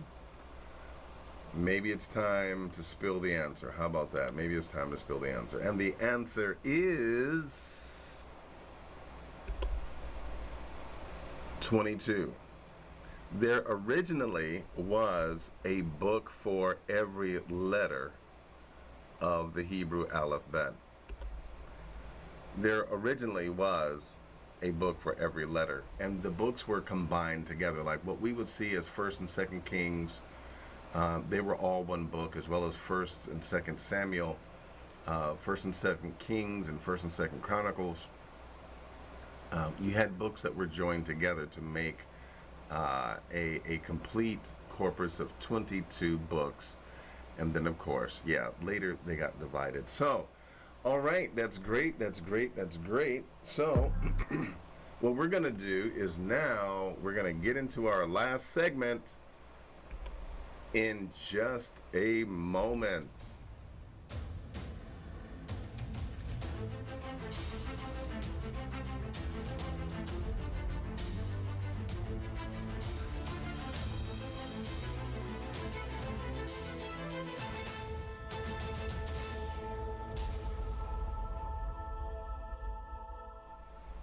All right, so here we are. What we're going to do is we're just going to go ahead and flow with it. And we have another segment for you. This segment, I like to call this segment that we're going to hop into right now.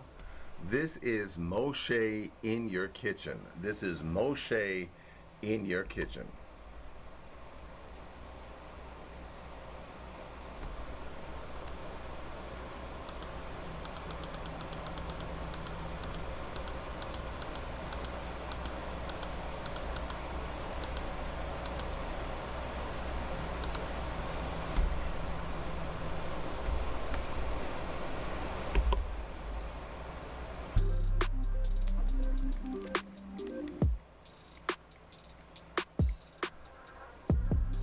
Okay, so what we have here is we're going to have another Shabbat day preparation, okay? And this is kind of long, so I'm not going to We're not gonna watch the whole thing. I'm gonna skip through a bunch. Baby, I see you hanging with your friends, chilling day and night for days on end. I'm glad you cleaned up your room. Friday, Sabbath preparation day, and I am up and at 'em. I've been up since about 9:30 this morning. It's about 10:30 now. Having me some coffee. I'm having and they're good quality. So if you're looking for fringes and you don't want to make them, I would definitely recommend. But I've been holding off on purchasing fringes for us three because I really want to learn how to use my sewing machine, and I think I just need to dedicate a day to doing that, to kind of learning how to set it up, learning how to sew, doing some trial and error type situation. Plus I need it for some other projects, so I really need to get on the ball with that. So maybe I'll allocate some time for that this weekend or next week. But yeah, nothing's going on here, guys. I got dressed for my vegan, which is awesome. And I saw the wontons in there. They were vegan as well, but I didn't pick them up because I already have wonton peppers. And then I got myself some tofu. I don't mind tofu. I think if you cook it right, it can be good. So I picked up 2 packs of that, plus Jaden wanted some. And then I got some vitamin E oil drops. Do y'all eat tofu? Do y'all eat tofu? You like tofu? So I have the one that I put on my face. It's only right, it's what I deserve. Love, tell me what you done for me, done for me, done for me, done for me lately. Oh.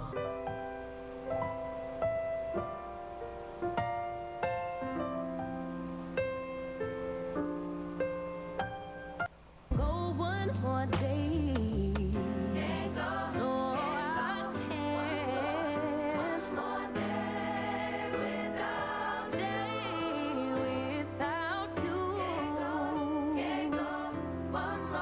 I think she's washing. I think she's washing the tofu.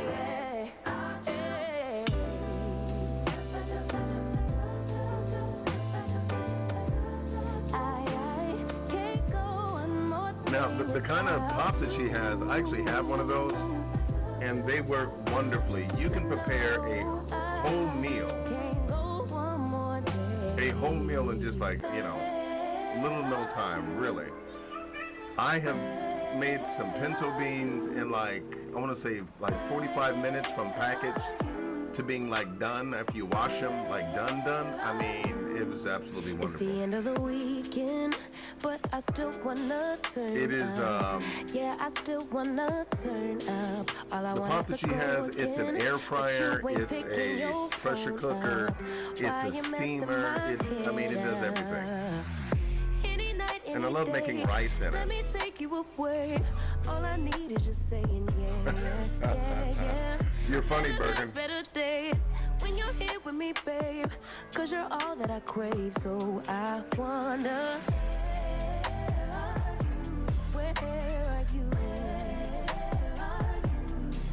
Don't hide away from me when I need you most. We got love guaranteed, and I have to know, say, where are you?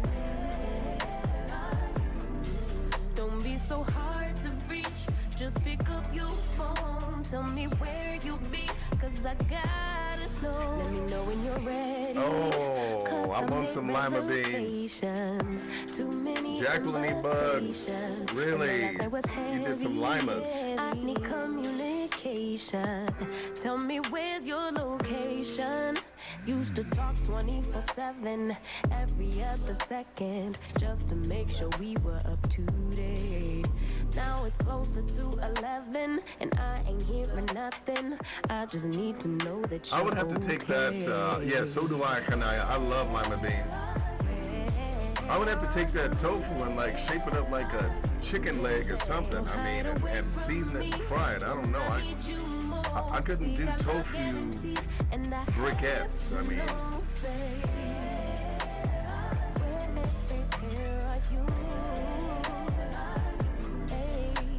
so hard to reach. Just pick up. Alrighty guys, so I have the tofu roasting in the oven, and I have my homemade teriyaki sauce here. I'm about to turn it off because it's as thick as I want it to be. I did the zucchini as you guys saw, and I just went ahead and chopped up some vegetables. All right, Jacqueline, you're making me hungry. I'm just gonna do a stir fry, like a noodle stir fry. So I have some linguine in the back. I'm gonna use that. Stir fry it up with some vegetables and then the teriyaki sauce. And then if the kids want, they can do the egg rolls. Maybe if I feel like it, I'm gonna do the egg rolls. The rice is done in the Instant Pot. So after I put the teriyaki, teriyaki lo mein? Yeah. Once I put that together, then I'm going to start on the scones. And my game plan here is pretty much what's for dinner today, the leftovers they can have for lunch tomorrow, the scones are going to be for breakfast, and then I'm still working on the defrosting the meat for the curry for dinner. So I think we're so she does eat meat.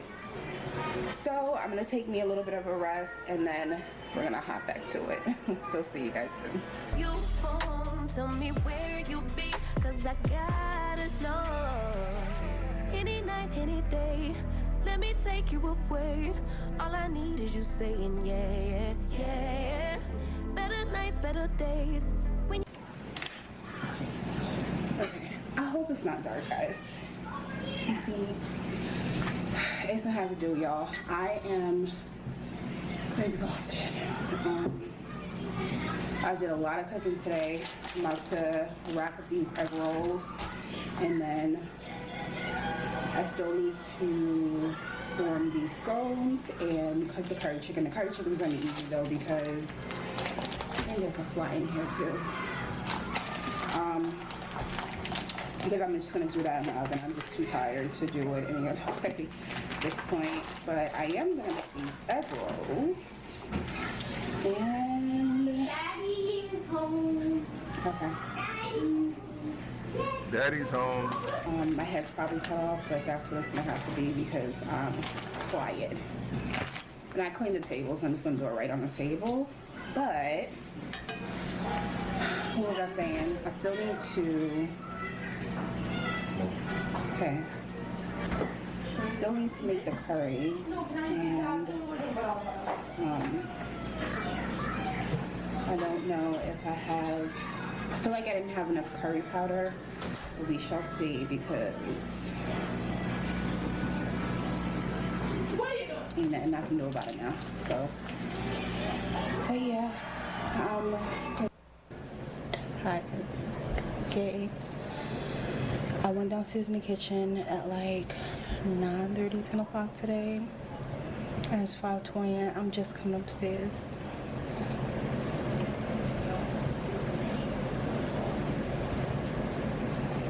Don't even make no damn sense, and I ain't done cooking yet.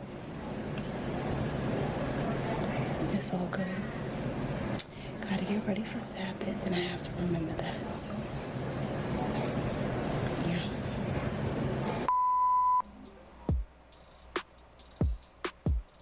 Oh yeah, yeah. Moving slowly, so we already in too deep. Can't get no sleep on each other. Heavy teasing all day, and when the sun sets, you asking me. Pineapple so chicken, long. Kick it with you, night turning to morning dew. Then you. Yeah, she cooked a lot, y'all. She cooked a lot. You don't wanna go slow for sure. We both already know your place is my place. All right, that was Moshe in your kitchen. Baby, you know all the places. So what I'm thinking of doing, and you know what? You brought up a very good point. Repent and save. We should kind of do the same thing, and I agree with you. Now, okay, so here's my question. I'm not afraid of the kitchen. I can get in the kitchen, right? If you want to see me record something, or if you want to have it pre-recorded or do it while we're online, you let me know. But I'll have to invite y'all into my kitchen. And hey, yeah, I would not mind making some stuff, right? I wouldn't mind making some stuff. So let me know. But this has been Shabbat Morning Coffee. And hey, I absolutely appreciate the time that you all have given. I appreciate the questions that you've asked, the comments that you've raised. And so we've talked about a lot, and I appreciate the fact that we can come together every Shabbat, be a family, be a community, and we can actually continue. We can continue to grow. We can continue to learn. We can continue to be who the Most High has made us to be. If you are watching this and you have not subscribed, please subscribe. Hit the thumbs up, give us a like, and by all means, even be so bold as to share a video. We do need to regain some ground that we have lost, so go ahead and let us get together again. So peace and blessings to each and every one of you. I think that we have all cleared our hearts and minds. But I'm going to just, hey, if you want to ask a question, or if there's something else on your mind, I can give you a few minutes, And in fact, I will do that. I will give you just a little bit of time. And then afterwards, we will conclude, and we will adjourn for now and let you enjoy the rest of your Shabbat. Be right back. There are increasing numbers of Hebrew Israelites all over the world, from Asia to Africa, from Mexico to Germany. There are Hebrew Israelites that are coming together as a nation and as a family, and you are needed. You are needed to take your place as the educator of your families, your sons, your daughters. So we want you to enroll in Navi Beit University so that you can take your place in the kingdom. Now is the time to prepare to create Hebraically centered scholarly materials to educate others, to teach your family, to teach your sons, your daughters, to teach the young, to teach the old, and to bring them into the knowledge of the Most High. The Most High is gathering us together as He has promised. So enroll in Navi Beit University, connect with the administrator and the registrars, and enroll today for just $35 for a bachelor's per month, or $45 for a master's, or even enroll in the doctorate program. You can get a degree with a Hebraic focus at Navi Beit University. Hebraic education, undergraduate, graduate, and specialty courses.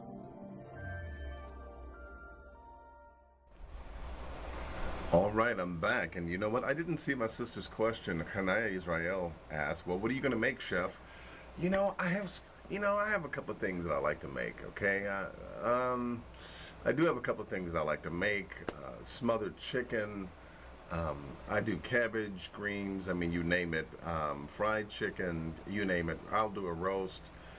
I could do just about the one thing that I can't make yet is dressing. I can't make dressing. Maybe I'll try some of that, right? Maybe I'll try some. Excuse me. Maybe I'll try some just dressing. So we'll see. Do we have any suggestions?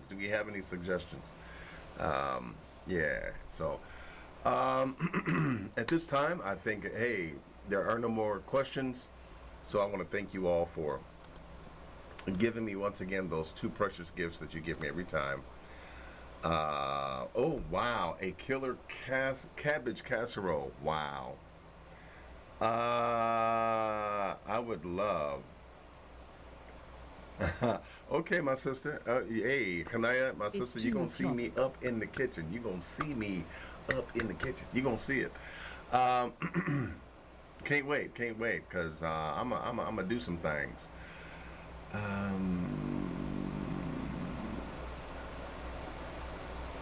Oh wow, okay, those are good ideas. Chicken and rice, red beans and rice. Yep, good ideas. But hey, the more I talk about this, the hungrier I'm making myself, right? We have another call, just as we're about to Albeter's in here. Shalom, shalom. Shalom, shalom. I was just going to say, maybe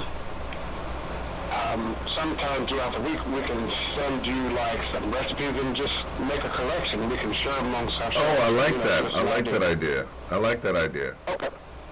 Well, all thank right. you. Well, Thank I'll go ahead and get off. I just want to say that before you skedaddle. Yeah. Okay, my brother. All right. Peace and blessings. Peace and blessings to you, my brother. Man, I love our family. I love our family. I love who we are together. I love who we are together. That is an excellent idea. My brother Adrian said, "Hey, we can get some recipes. You guys can submit some recipes, and hey, we could go with that and just do the recipes." I like that idea. I did do some prep on yesterday, but I did not record it, my sister Jacqueline. I did not record it. And Josh and Penny, love you guys too. Thank you so much. Thank you so much. Yeah, food does bring people together. You are right.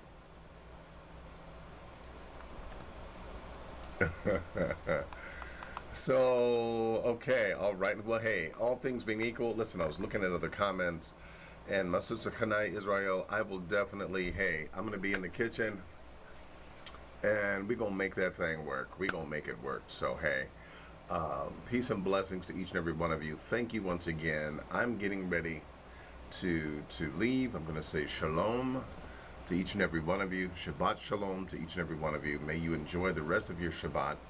And remember, we're growing as a family. We are one together. And the Most High is blessing us. I will continue to pray for you during the week. Excuse me. I will continue to pray for you during the week. And, man, that avocado chicken salad sounds wonderful, repentant and saved. It sounds absolutely wonderful. But, hey, we will let you enjoy the rest of your Shabbat. I love you all. Thank you for your time. I appreciate each and every one of you. And, hey, we will, Yah willing, we'll see you next time for Yom Arve'i. We'll see you next time for day 4. Peace and blessings to you. We'll see you then. And, hey, be blessed.